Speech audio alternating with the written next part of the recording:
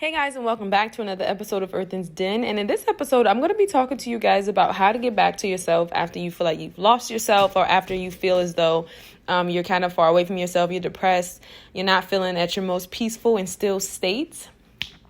So first things first, I would definitely say go back and look at old pictures of the times when you were really happy. I know this may be hard for people who have been in relationships, because I think if you've been in a long-term relationship, and if you're young, you may not have times where you actually were genuinely happy. So you're typically clinging on to that person.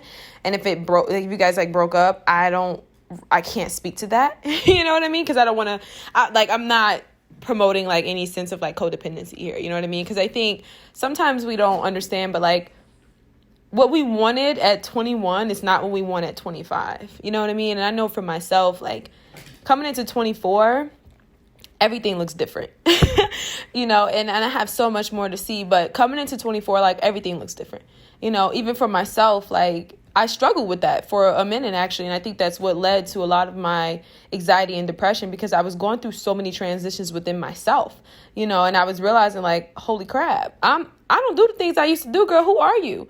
You know what I mean? And even when I dibble and dabble back in those things, I'm like, okay, yeah, this is cool. I'm kind of starting to get a sense of self, but I realized for me, when I go back in my past, I realized that I had some experiences that actually kind of changed who I was. And I think that is the true intention of experience. It's supposed to give us self-evolution, right? We're supposed to grow from them. We're supposed to evolve and things like that. But I actually kind of noticed some things about myself that I had changed that wasn't necessarily positive. You know what I mean? And I think that it really started with the heavy expectations, right? So the second thing I would definitely say is please release all the expectations that are on you. I know for myself, first of all, growing up, being the oldest of 6, I wanted to be the best. You know what I mean? I wanted to be the best because I wanted to take care of my family. And I used to think that I had to be kind of this carved out person, And even though I think for me, I still do make sure that I make certain decisions and I move a little differently, just because that's just, that's just who I am and how I am.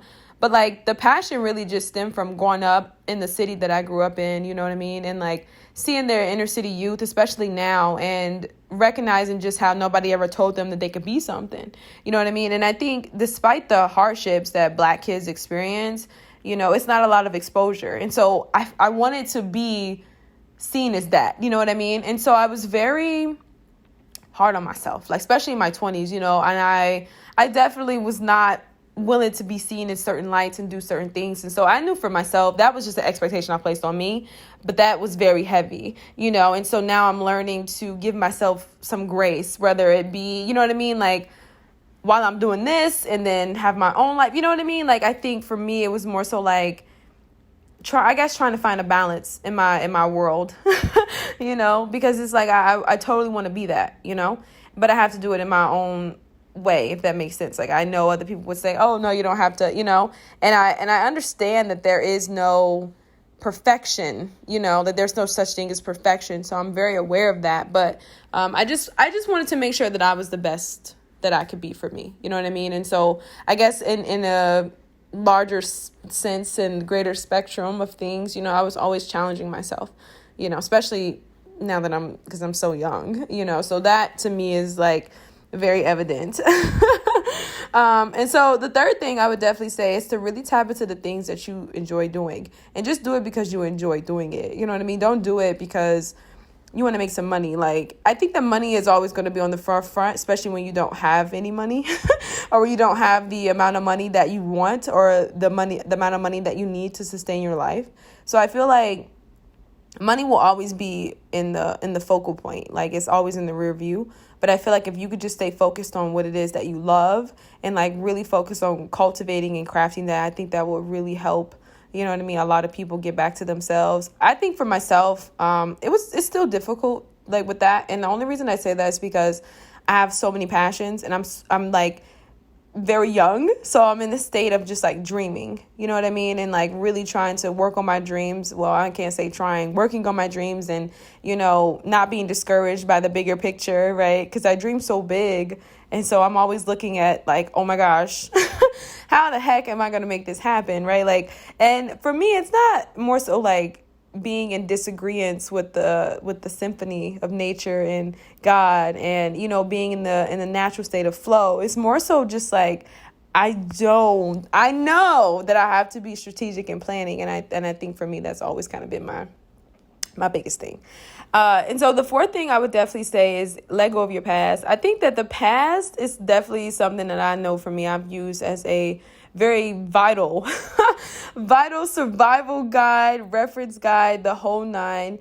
And I think it really was because growing up, certain hands I was dealt, it was just like, it just kind of made me who I was, you know what I mean? And it toughened me up. And so I think for me, it was always kind of like, not make, because you look back on it and it's like, oh man, that made me so much stronger. Oh man, that made me such a better person. But I think at the end of the day, it was like, that was tough, And so I feel like for myself, I'm working on not referencing it as much, but I say let it go is because I'm a stickler for this. Like, I would always go back to my past. Like, you know what I mean? Like, somebody from the past, dwelling on the past, like, that was my thing. But I realized that every time I did that, and I finally got the lesson now, and even still it's continuous, right? Because I think at this point it was like a little habitual. But now that I'm here in this space, I understand that my past remains. And anytime I've ever went back to something in my past, it was the same thing, and it wasn't what I wanted, and it wasn't what I needed, and it wasn't something that could help me grow. And to just kind of like counteract that, I look at my present moment and I'm like, wow, these are the times where I want to give up the most, if I'm being honest. But I'm like, I feel like this is the moment where, and even for me, I always say, like, even if you don't necessarily know, or if you feel like you want to give up or whatever, always expect good things. Because like, you never know when it's going to pop. Like, you just kind of have to just stick with it, So that's my biggest thing. And I definitely think your guiding light overall is just what you love to do. You know what I mean? Like, your God-given gifts. Like, I operate in gifts. I operate in the things that were just kind of given to me naturally. I don't really operate in things that I have to, everything you have to learn something in everything. You know what I mean? Like, it's a skill in like everything. But for the most part, I just kind of work with what God has given me. So I'm definitely going to recommend that for you guys. I think that right there is my guiding light and my sanity. You know what I mean? Because I just feel like it's the one thing that kind of pushes me forward, especially in those hard seasons and just those times of like darkness, and you know what I mean, when you're just dealing with so much, and I think that pep talks is a real thing. Like, I feel like learning how to talk to yourself and just learning how to be there for yourself is everything. I feel like sometimes we focus too much on our physical bodies. Don't get me wrong. I do think that you can look healthy and you can be physically fit and you can eat well and you can do all of those things. But I think your mentality is what matters the most. Your heart, you know what I mean? How you're feeling. Like, those things to me matter the most. And so what I've learned today, let me just go ahead and wrap up with that, is that you never really know.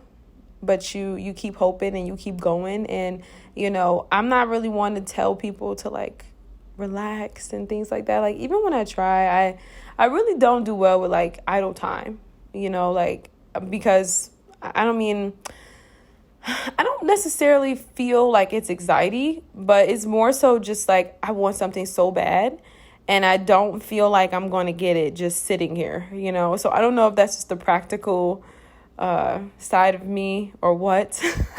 But I definitely feel like for myself, it's like I have to be working on something and like what it is that I love. And I think that having a vision will really help you. It'll be your it'll like help you get through those tunnels, you know what I mean, in those hallways, and get up that staircase or move that mountain or whatever, whatever it is that you got to do, because I really do feel like life is something, and I definitely think you could focus on the negative and you could be sad and you could, you know what I mean? Because I think at the end of the day, though, like, we've we've dehumanized people so much so that like we don't even just let people be and just let people feel. You know what I mean? Like now everything is a disorder, and I think the moment you start to think that something is fundamentally wrong with you, you're in a situation. You know what I mean? And it just continuously spirals. So I feel like self-awareness is definitely key. But this is not the podcast for that. I'm not talking about self-awareness in this episode. But I just feel like overall, like, yeah, I just think that you just kind of have to know how to handle yourself, know how to take care of yourself, like, know how to give yourself what you need. And I think that you'll be okay, you know? And I think for me, that was the biggest thing. And I'm like, wow, okay, what I needed at 21 is not what I need at 24, you know? And I think just being a ever student of life and a forever student of myself and allowing myself to grow into this woman, you know what I mean, that I know that I can be and that I know that I will soon be. And, you know, extending that grace to myself, I know I can extend it to others. And so, yeah, that's pretty much everything that I've learned this season, you guys. And I really, really hope that this is helpful and like inspirational to somebody because, yeah, it's a real thing.